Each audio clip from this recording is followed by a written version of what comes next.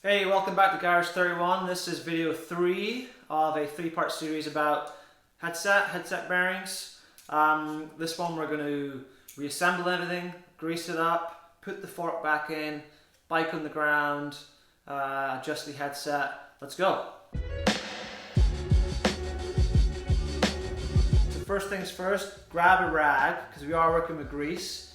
So we want to keep our hands clean when we need to not contaminate everything.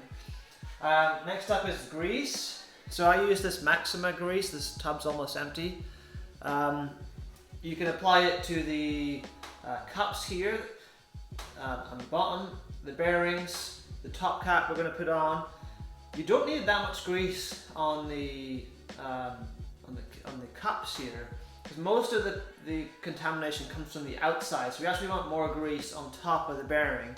So I used to use this cheap paintbrush, and I'm just going to paint some grease in the side here and on the bottom. And that's just going to help the bearings seat into their races a little bit easier. So I'm going to grab my top bearing, and the taper here goes into the frame.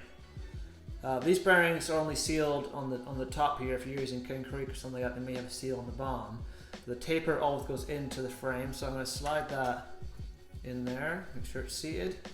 Now I'm going to apply a liberal amount of grease to the top here. Don't worry about making a mess, because we'll just clean it up later.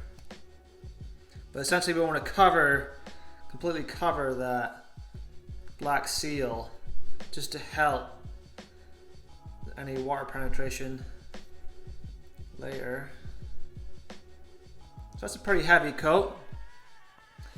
That's going to be good enough. Now I'm just going to repeat that on the bottom. Okay, next time I'm going to take my fork and I'm going to apply grease around the area there, the crown race.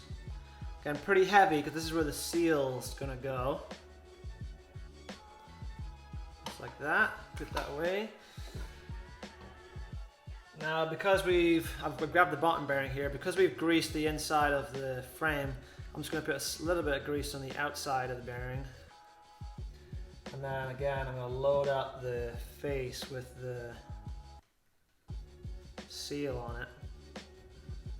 Because the seals are, although they are sealed bearings, they're not, seals aren't the best, so lots of grease. Don't be shy about putting it everywhere. Grease is super cheap. Now I'm going to grab my fork, and again the taper goes to the inside of the frame, which in this case would be up, and now this is ready to go inside the bike. So off camera I also greased the bottom of the top cap here and the compression washer. At this point we're going to put the fork back in. I've moved everything that's left really close, so when I put the fork in I'm not going to be scrambling around to find stuff. So I've got all my parts and all my tools. So I'm going to grab my fork, move the handlebars and everything out the way, and look down the middle and insert the fork just like that. Very easy. Next goes, if this was a 2-piece unit, the compression ring would go next, and the compression ring, the taper, again goes down into the frame. So I'm holding the fork at all times with my left hand. This goes on there. Now I'm just going to quickly wipe any excess grease off the steerer, just in case. Headset spacers. Now the handlebars. Now there is a special orientation. You can see how the cables there are kind of nice and smooth. If I have to twist that around, then they'd be all twisted up. So just have a play with your handlebars. Mine's going to sit like this. I'm going to slide that on. And in this case, I can actually just let go because this compression ring is quite tight. But I'm just going to, if this wasn't tight, then I'd still be holding onto the fork. I'm just going to nip up one of these stand bolts. That's just going to hold it there. Because I got a little trick for you for the top cap.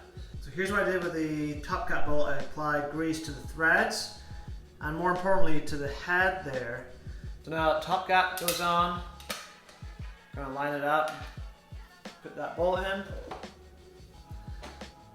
Now at this point, this bolt here is still tight, so we're gonna have to loosen that, but I'm just gonna lightly snug this, just like that. That wasn't even finger tight there. Now I'll loosen this guy. Now I'll put the brake back on. If you're running these iSpec EV Shimano mounts, don't forget about this guy, which might fall out. It's just the nut essentially for the shifter. We're gonna stick this back on, and we're gonna line it up. I set my brakes up the same before, and now we're just gonna line it up next to the old one and just tighten it up.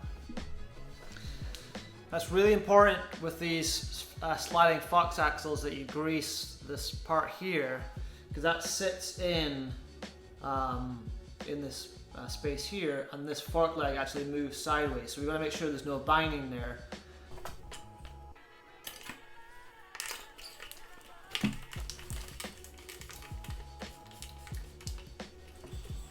So you can see there, I can actually physically move this fork leg, so it's really important. Fox wants you to take the bike down, compress it. I find just moving like this, it naturally wants to sit into its natural position, so that's always good enough for me. So I'm just going to nip that up, just like that. So we've got everything together, but the headset is still loose. Remember this bolt, if you haven't loosened that yet, do that now. So now we're going to adjust the tension by the bolt on the top, and we're looking to close the gap so there's no play between the bearings, but we're not looking to tighten this so much that it binds and then ruins the headset. So it's done by feel. It's not really, I can't tell you an exact torque to go by. I know through experience that once it's loose, so it's loose there, I can go to where I feel some resistance. And I'll start by doing another 1/8 of a turn. And there's a few ways you can test to see if the headset's adjusted properly. You can put your front brake on, move it forward, put your hands there, can't feel any play there. You can turn sideways like this. There's no play there. Now those solutions are good, but they do have their own problems. One being there could be play in your brake pads. Some Shimano pads move around in the caliper and then it gives you a false reading, and you keep tightening this. Likewise, if you have like an entry-level RockShox fork, these bushings in your fork there aren't the best, and they keep you moving, giving you a false sense that the headset's loose. So what I like to do is I'm just going to clean off the headset spacers, and I'm just going to see if I can rotate the spacers, which I can right now. So I'm going to turn this top bolt another 1/8 of a turn and just see if I can physically move them, which I can't now. So now I know that this is tensioned properly, and from it being loose there to it being tight was only an 1/8 of a turn. Whereas if you had a false reading on your forklift and your brake pads, you could keep spinning that another full turn, but it's going to bind everything up and then it's going to ruin your bearings, and then you're going to have to go buy some new ones. So now I know, because I can't rotate this, that the headset's adjusted properly. So next step, I'm going to line my stem up with the tire, using my foot in the ground as a counter for the wheel. So that's pretty good. Stick my Allen key in one side until it begins to get tight, reverse or swap to the other side. Tighten that one up, quarter turn here, quarter turn here. There will be Newton meter torque readings or settings in Newton meters on the side here, probably like 5 to 8 depending on the bolt size, but I'm pretty confident in myself. So now it's like with reasonable force, I can't turn the bolts anymore. I can do a quick final check and see there's no play, there's no sound, it feels smooth. I think we did a good job there. So if you enjoyed that video on how to, if you enjoyed the whole 3-part series on how to remove your fork, clean and inspect your headset, re-grease it, put your fork back in, and adjust it, we really appreciate it if you could subscribe, leave a like on the video. If you want to learn anything else, leave a comment as well, and we'll see you in the next one. Thanks so much.